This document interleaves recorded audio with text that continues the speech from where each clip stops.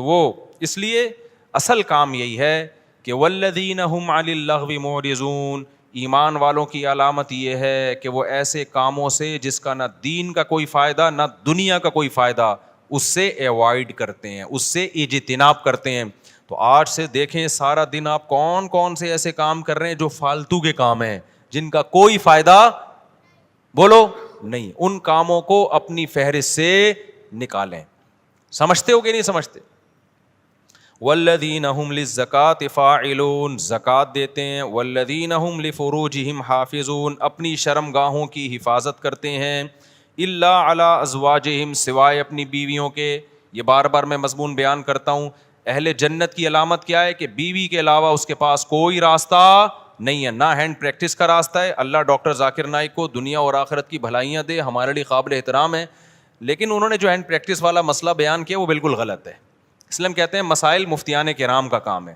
انہوں نے کہہ دیا کہ مجبوری میں جائز ہے، کہیں بھی جائز ہونے کی ہمارے پاس کوئی شرعی دلیل موجود نہیں ہے. قرآن نے صاف طور پہ منع کیا ہے.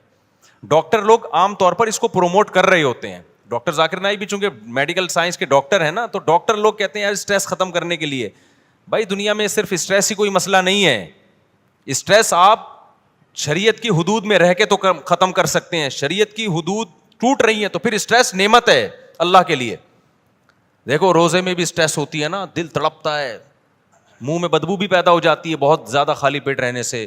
لیکن نبی نے کیا فرمایا؟ وَلَخَلُوفُ فَمِ الصَّائِمِ أَحَبُّ إِلَى اللَّهِ مِنَ الْمِسْكِ. اللہ کو بدبو سے کتنی نفرت ہے، لیکن روزے دار کی منہ کی بدبو اللہ کو مشک و عنبر سے زیادہ محبوب ہے. اللہ کو میلا کچیلا رہنا پسند ہے یا صاف ستھرا؟ بتاؤ. میڈیکل سائنس بھی کہتی ہے بھائی نیٹ کلین ہونا چاہیے بندہ. اللہ میاں بھی یہ کہتے ہیں، تبھی مسواک کا حکم دیا، نہانے کا حکم دیا، خوشبو کا حکم دیا، صاف کپڑے پہنے، پاک کپڑوں. لیکن جب ہم حج کرنے جاتے ہیں تو اللہ کو میلا کچیلا حاجی زیادہ پسند ہے. اب ڈاکٹر تو وہاں بھی کہے گا یار یہ میل کچیلا ایکچولی جرمس ایکچولی. بھائی اللہ کے لیے اب میلا کچیلا کیا ہے؟ پراگندہ بال، لمبا سفر، لمبا احرام. تبھی تو حج قران سب سے افضل ہے. ایک ہی احرام میں حج بھی کرو اور اسی احرام میں عمرہ بھی کرو، تاکہ احرام لمبا ہو جائے. کیونکہ جتنا احرام لمبا ہوگا خوشبو نہیں لگا سکتے آپ، بال نہیں کاٹ سکتے، کنگھا نہیں کر سکتے. تو دیکھو لو جو لمبے حج کرتے ہیں نا، احرام یہیں سے باندھ کے جاتے ہیں، تھوڑے دنوں میں ایسا لگ رہا ہوتا ہے مریخ سے آئے ہوئے ہیں، یہ کہیں پتہ نہیں کہاں سے آئے بندہ. تو اللہ کو یہی پسند ہے، حاجی ایسا ہی پسند ہے. نہانے کی اجازت ہے حج میں، صابن نہیں لگاؤ، خوشبو نہیں لگا سکتے. تو بس اللہ کا ایک نظام ہے. نارمل روٹین سے اللہ نے حاجی کو کیا کر دیا؟ ہٹا دیا اللہ تعالیٰ نے. اسلام میں بال رکھنے کا حکم ہے، کیونکہ حدیث میں آتا ہے اللہ جمیل ہے، جمال کو پسند کرتا ہے. تو بالوں میں کیا ہے؟ جمال. یہی وجہ ہمارے نبی بال رکھتے تھے، بڑے بال تھے آپ صلی اللہ علیہ وسلم کے.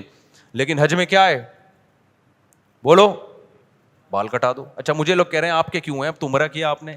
ایک صاحب کہنے لگے اس پہ تو 6 عمرے اور ہو سکتے ہیں، اتنے بڑے بال ہیں. تو بھائی میں نے کہا قصر بھی تو ہے نا، ہم نے ٹرینڈ کئی دفعہ کرا لی، اب کیا ہے؟ قصر بھی سنت ہے، وہ بھی ٹھیک ہے. تو بہرحال بڑے بالوں میں زینت ہے. لیکن حج میں کیا ہوتا ہے؟ دہشت گردی کا جڑ سے خاتمہ. تو بس وہ اللہ کا حکم ہے کہ یار میرے حکم کو فالو کرتے ہو کہ نہیں کرتے. تو اسی طرح آپ کو جتنی مرضی ٹینشن ہو، اس ٹینشن کو ختم کرنے کے لیے ہینڈ پریکٹس کی آپ کو اجازت بولو نہیں ہے. اس کا ختم کرنے کا ایک ہی طریقہ ہے، نکاح کر لو جا کے. مجبور ہو کے کرو گے، کسی کا بھلا تو ہو جائے گا نا، کسی کی بچی کا، کسی عورت کو ٹھکانہ تو مل جائے گا نا. تو اس لیے ڈاکٹر ذاکر نائک بہت قابل احترام، اللہ بہت دین کا کام لے رہا ہے، مگر یہ مسئلہ بالکل صحیح نہیں بیان کیا. ایک تو 3 طلاق کا مسئلہ بھی انہوں نے غلط بیان کیا، وہ بعد میں اب ان کی رائے ویسی رہی بھی نہیں ہے، اس میں لچک پیدا ہو گئی ہے. تو لوگوں نے بہت دفعہ ایسا کیا، 3 طلاقیں دے کے جی ڈاکٹر ذاکر نائک کا کلپ آیا تو بیویوں کو رکھ لیا. میں نے بار بار بتایا یہ حرام ہے. 3 طلاق قرآن نے بیان کیا، حدیث نے بیان کیا، صحابہ کا اجماع ہے. 3 ہوتی ہیں، بیوی حلال نہیں ہوگی. خدا کے غضب کو مت دعوت دو. ڈاکٹر ذاکر نائک قابل احترام ہے، لیکن ابو حنیفہ سے زیادہ علم نہیں ہے ان کے پاس، امام شافعی سے زیادہ علم نہیں ہے، امام مالک سے زیادہ علم نہیں ہے، احمد بن حنبل سے زیادہ علم نہیں ہے. ڈاکٹر ذاکر نائک بخاری کے حوالے دے رہے ہیں اور احمد بن حنبل بخاری کے استاذ ہیں. سمجھ میں آ رہی ہے بات کہ نہیں آ رہی؟ امام بخاری کے استاذ ہیں احمد بن حنبل، امام شافعی احمد بن حنبل کے استاذ ہیں، امام محمد امام شافعی کے استاذ ہیں، امام ابو حنیفہ امام محمد کے استاذ ہیں، اور امام مالک بقیہ 3 اماموں کے استاذ ہیں. اور یہ تابعین تبع تابعین کے دور کے لوگ ہیں. پوری امت نے ان پہ اعتماد کیا ہے، اور اس وقت اعتماد کیا ہے جب یہ 2 نمبریاں نہیں تھیں، اس طرح کے منجن نہیں بک رہے تھے مارکیٹ میں. نیک لوگ تھے, پرہیزگار لوگ تھے, وہ خود صاحب علم تھے. اس وقت جن لوگوں پر اعتماد کیا گیا نا, تو مسائل میں وہ لوگ زیادہ قابل اعتماد ہیں. آج کے اسکالرز کی ہر بات نہیں لی جائے گی. سمجھتے ہو کہ نہیں سمجھتے ہو؟ تو اچھا میرے بھائی ہم چلتے ہیں آگے. اچھا ڈاکٹر ذاکر نائک بیچارے, انہیں وہ مسائل بتانا بھی چھوڑ دیں, لیکن پبلک نے ان کو چھوڑا نہیں. جب بھی کوئی جاتا ہے, حضرت آپ مسائل نہ بتایا کریں, وہ کہتے ہیں بھائی میں نہیں بتاتا یار.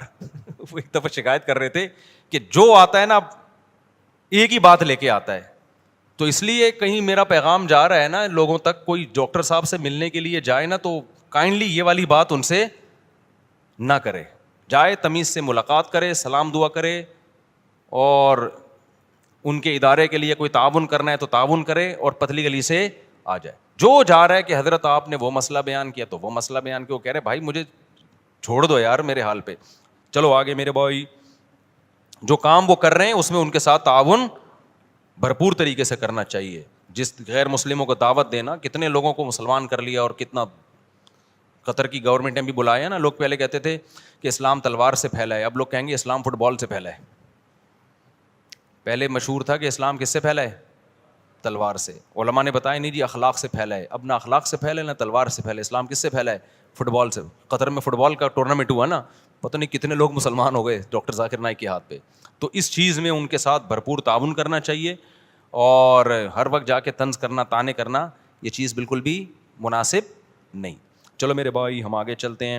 تو اللہ میاں نے یہاں پر بتایا کہ اپنی شرمگاہوں کی حفاظت کرتے ہیں, یعنی اپنی خواہش پوری نہیں کرتے سوائے اپنی بیویاں اور باندیوں سے. باندیوں کا سیٹ اپ آج کل کیا ہو گیا ہے؟ ختم. بین الاقوامی معاہدہ ہے, اب کوئی کسی کو باندی نہیں بنا سکتا. کوئی عورت آ کے باندی بننا بھی چاہے نا کہ میں آج سے آپ کی غلام ہوں, لونڈی ہوں, نہیں ہو سکتا. یہ سمجھتے ہو, اسلام نے آزاد عورت کو یہ رائٹ ہی نہیں دیا کہ وہ کسی کی باندی بن جائے. وہ صرف جنگوں میں قید ہوا کرتی تھی, اور پوری دنیا میں یہ تھا کہ یہ معاہدہ تھا. اب وہ پوری دنیا میں معاہدہ ہو گیا ہے کہ اب جنگوں میں جو قید ہوگی وہ باندی نہیں بنے گی. تو اسلام نے معاہدے کی پابندی کا حکم دیا ہے. سمجھتے ہو, کیونکہ اسلام میں کوئی لازمی حکم نہیں تھا باندی بناؤ. تو اس لیے اب آپ کے پاس ایک ہی آپشن رہ گیا ہے. وہ آپشن کیا رہ گیا ہے؟ بیوی. تو 4 شادیوں کی اتفاق سے اللہ نے اجازت دی ہوئی ہے. وہ مجھے نہیں برا بلا کہا کرو, وہ اللہ نے دی ہوئی ہے عدل کی شرط کے ساتھ, حقوق کی برابری کے ساتھ.